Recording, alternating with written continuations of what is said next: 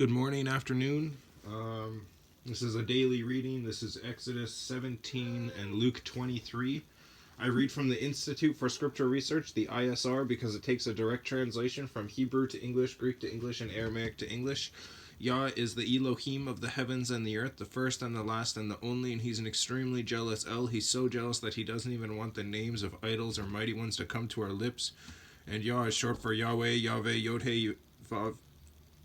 Yahweh, Yahweh, Yod-He, Vav-He, Yahuwah. It's like saying Daniel with an E. Excuse me. What is the difference and does matters when people say that Phil, Bob, Sam, and Aaron are the same name when no, they're not, and no one in their right mind would ever believe that, and only a fool would believe that a hammer could force its creator to do anything. And there was no letter J in the Hebrew, Greek, or Aramaic text because the letter J is about 600 years old, while the son of Elohim, Yahushua,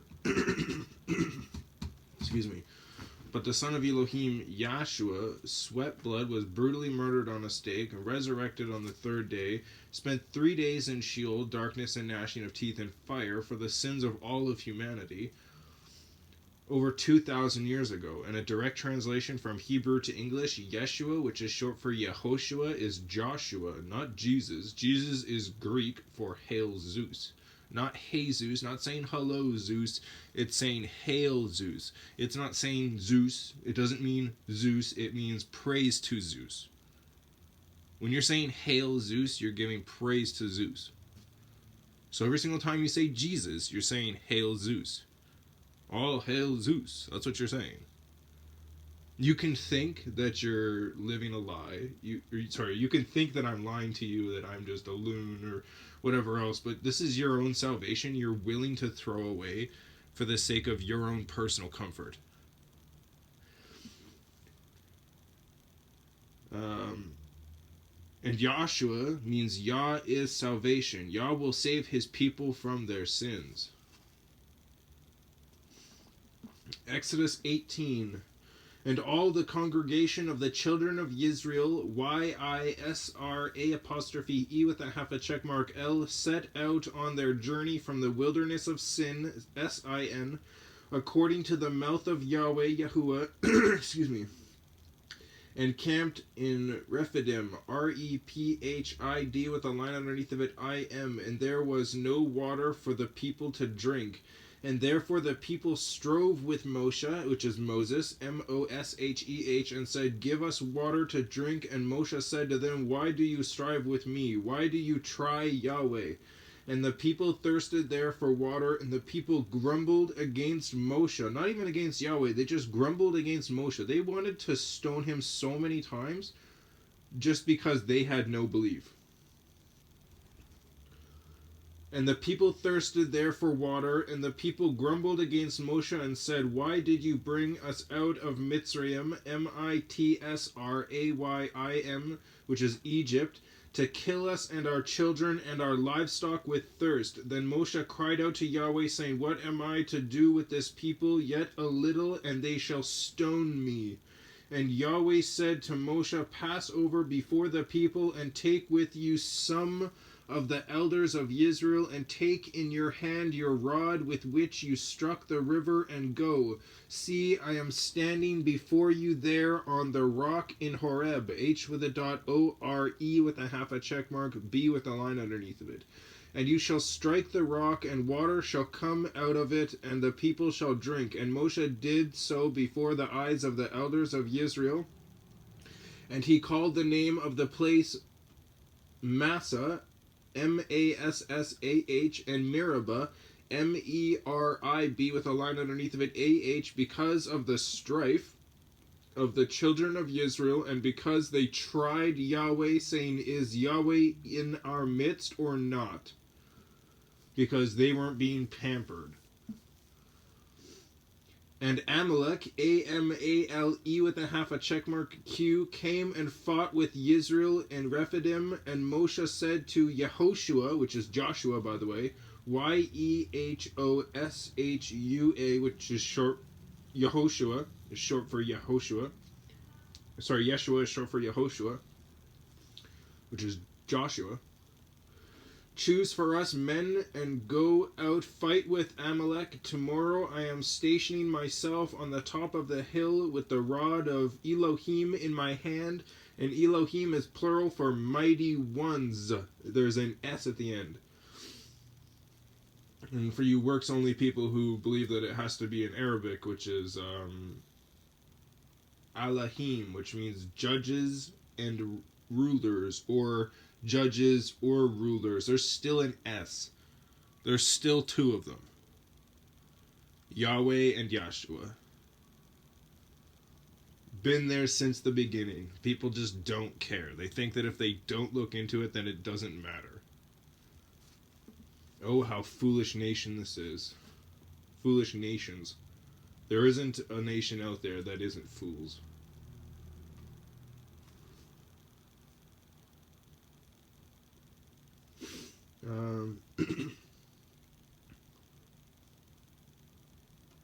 And Yahoshua did as Moshe said to him to fight with Amalek. And Moshe, Aaron, Aharon, and Hur, H with a dot, U-R, went up to the top of the hill. And it came to be when Moshe held up his hand that Yisro prevailed, and when he let down his hand, Amalek prevailed. But Moshe's hands were heavy, so they took a stone and put it under him, and he sat on it, and Aaron and Hur supported his hands, one on one side and the other on the other side, and his hands were steady until the going down of the sun. And Yahoshua defeated Amalek and his people with the edge of the sword. And Yahweh Yahuwah said to Moshe, write this for a remembrance in the book and recite it in the hearing of Yahoshua, that I shall completely blot out the remembrance of Amalek from under the heavens. And Moshe built a slaughter place and called its name Yahweh Nissi, Nissi. For he said, because a hand is on the throne of Yah, Yahweh Yahuwah is to fight against Amalek from generation to generation. So a never-ending battle. Actually, just need to blow it real quick. Sorry about that and the sound.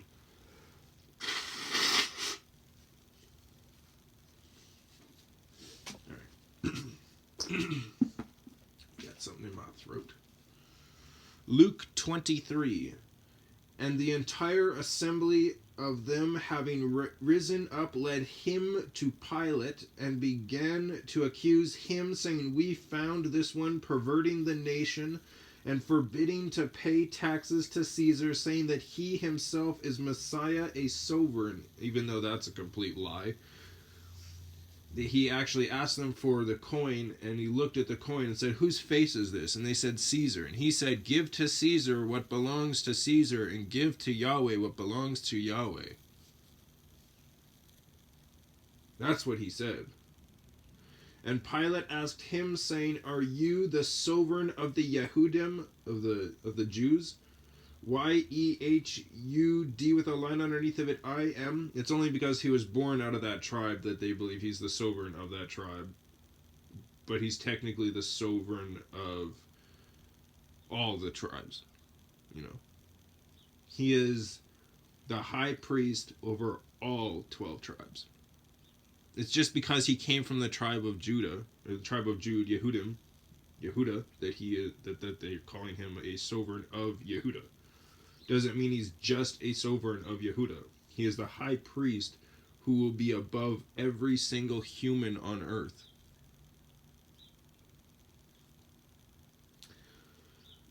And answering him, he said, you say it. And Pilate said to the chief priests and the crowd, I find no guilt in this man. But they were insisting, saying, he stirs up the people by teaching them the Torah of Yahweh instead of abolishing the traditions of men, aka the Pharisees and Sadducees, who, by the way, is the head of the state of Israel today.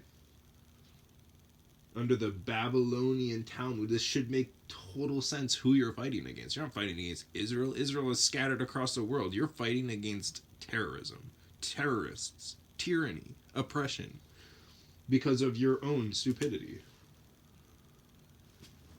Excuse me. He stirs up the people, teaching through all Yehuda, beginning from Galil unto this place. And when Pilate heard of Galil, he asked if the man were a Galilean. And when he learned that he was under the authority of Herodes, Herodes, he sent him to Herodes, who was also in Jerusalem in those days, because, again, the exile until Yahshua Messiah's return. Jerusalem is Jerusalem, Yerushalayim, in those days. And seeing Yahshua, Herodes rejoiced greatly. For a long time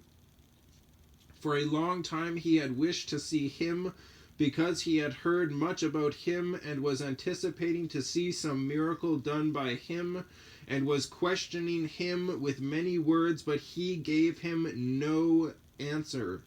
He didn't answer them at all. And whenever they accused him, if it was true, he would say, "You say it." And the chief priests and the scribes stood accusing him intensely. The chief priests, the Pharisees, and the scribes stood accusing him intensely, because he abolished the traditions of men, the Torah of man, while uplifting the Torah of Yahweh, and they did not like that at all. And Herodes with his soldiers made light of him and mocked him, dressing him in a splendid robe, and sent him back to Pilate. And on that day Pilate and Herodes became friends with each other, for before that they had been at enmity with each other. And Pilate, having called together the chief priests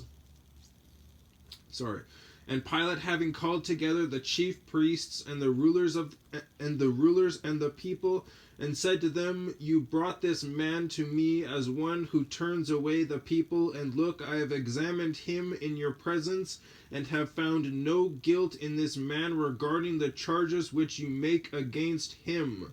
Now you think if he came to abolish the Torah, he would have had multiple charges against him, because the people who were charging him were from the tribes of Israel, because they were trying to charge him and have him killed because he went against the tradition of men, upholding the complete Torah of Yahweh. HalleluYah. But I'm just going to read that one part again. "And look, I have examined him in your presence, and have found no guilt in this man regarding the charges which you make against him.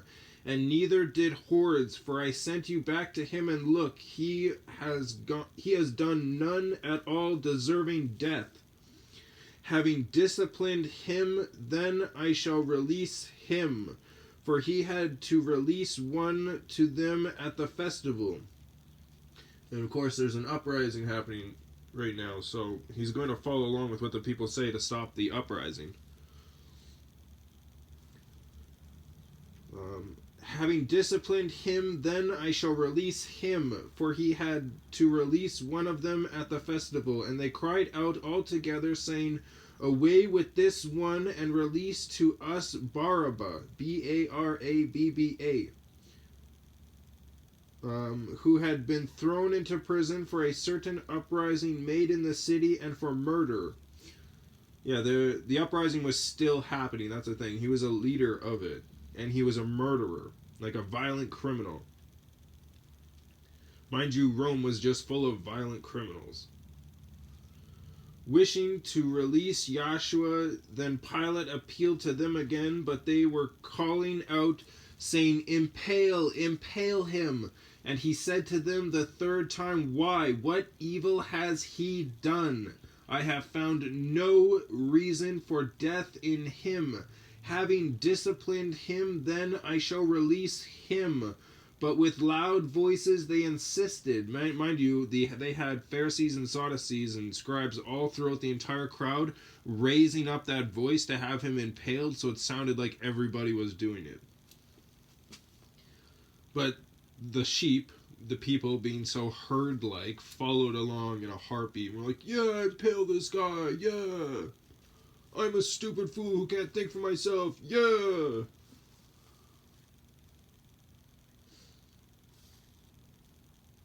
But with loud voices they insisted, asking for him to be impaled, and the voices of these men and the chief priests were prevailing.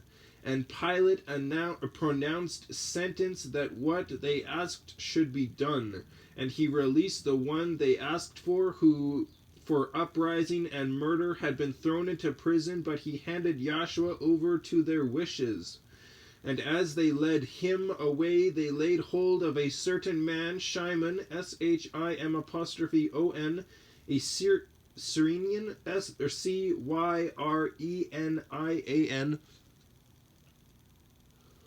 who was coming from the field, and they put the stake on him to bear it behind Yahushua. And a great number of people were following him, and women who also were mourning and lamenting him. They knew what was going to happen. But Yahushua, turning to them, said, Daughters of Jerusalem, do not weep for me, but weep for yourselves and for your children. For look, days are coming in which they shall say, Blessed are the barren and wombs that never bore, and the breasts which never nursed. Then they shall begin to say to the mountains, Fall on us, and to the hills, cover us. This is talking about the end times. Because if they do this to the green tree, what is going to be done to the dry tree? In other words, the green tree is Yahushua Messiah, and the dry tree is everybody else. And two others also, evildoers, were led with him to be put to death. And when they had come to the place called Golgotha, Golgotha, they impaled him there, and the evildoers on the one on the right and the other on the left. And Yahushua said, Father, forgive them, for they do not know what they do. And they divided his garments and cast lots. And the people were standing looking on, and the rulers also were sneering with them, saying, He saved others, let him save himself, if he is the Messiah, the chosen of Elohim. And the soldiers were mocking him too, coming and offering him sour wine, and saying, If you are the sovereign of the Yehudim, save yourself. And there was also an inscription written over him in letters of Greek and Roman and Hebrew. And they all said the same thing, by the way. This is the sovereign of the Yehudim. And one of the evildoers who were hanging was speaking evil of him, saying, If you are the Messiah, save yourself and us. And us. Of course, there's that greed. But the other responding rebuked him, saying, Do you not even fear Elohim, since you are under the same judgment? And we indeed rightly so, for we receive the due reward of our deeds, but this one has done no wrong. And he said to Yahushua, Master, remember me when you come into your reign. And Yahushua said to him, Truly I say to you, today you shall be with me in paradise. And it was now about the 6th hour, and darkness came over all the land until the 9th hour, and the sun was darkened, and the veil of the dwelling place was torn in two. And crying out with a loud voice, Yahushua said, Father, into your hands I commit my spirit. And having said this, he breathed his last.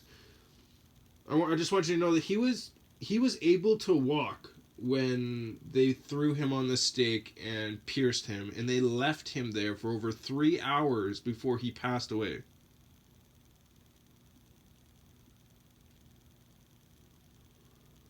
And having said this, he breathed his last, and the captain, seeing what took place, praised Elohim, saying, Truly this man was righteous.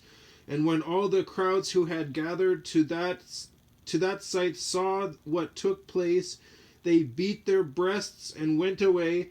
And all those who knew him and the women who followed him from Galilee stood at a distance watching this. And see, a man named Yosef, Y-O-S-E with a half a checkmark P-H, which is Joseph, a council member, a good and righteous man. He was not agreeing with their counsel indeed, from Ramathaim, Ramathayim, a city of the Yehudim, who himself was also waiting for the reign of Elohim. He, going to Pilate, asked for the body of Yahushua, and taking it down, he wrapped it in linen and laid it in a tomb hewn out of the rock where no one was yet laid. And it was preparation day, so preparation for the Passover, I believe. No, the Passover just happened. Oh, unleavened bread. That's what's happened, yeah. And it was preparation day, and the Sabbath was approaching. So it was day 6, preparation day. And the Sabbath was approaching, and the women who had come with him from Galilee followed after, and saw the tomb and how his body was laid. And having returned, they prepared spices and perfumes, and they rested on the Sabbath according to the command. Again, keeping the commands of Yahweh while abolishing the Torah of man. You have to know that there is a Torah of man and a Torah of Yahweh to understand what is being spoken about here. You could change the word to law, and still, you need to know that there is man's law and that there's Yahweh's law, and that a lot of Yahweh's law was abolished for the sake of man's law, which is why they were called the traditions of men. Not the traditions of Yahweh, not the traditions of the Messiah, but the traditions of men. Humanity. Well, I hope you enjoy this daily reading, and I'm so sorry that I made you wait over a week to do it. That was an exceptional piece.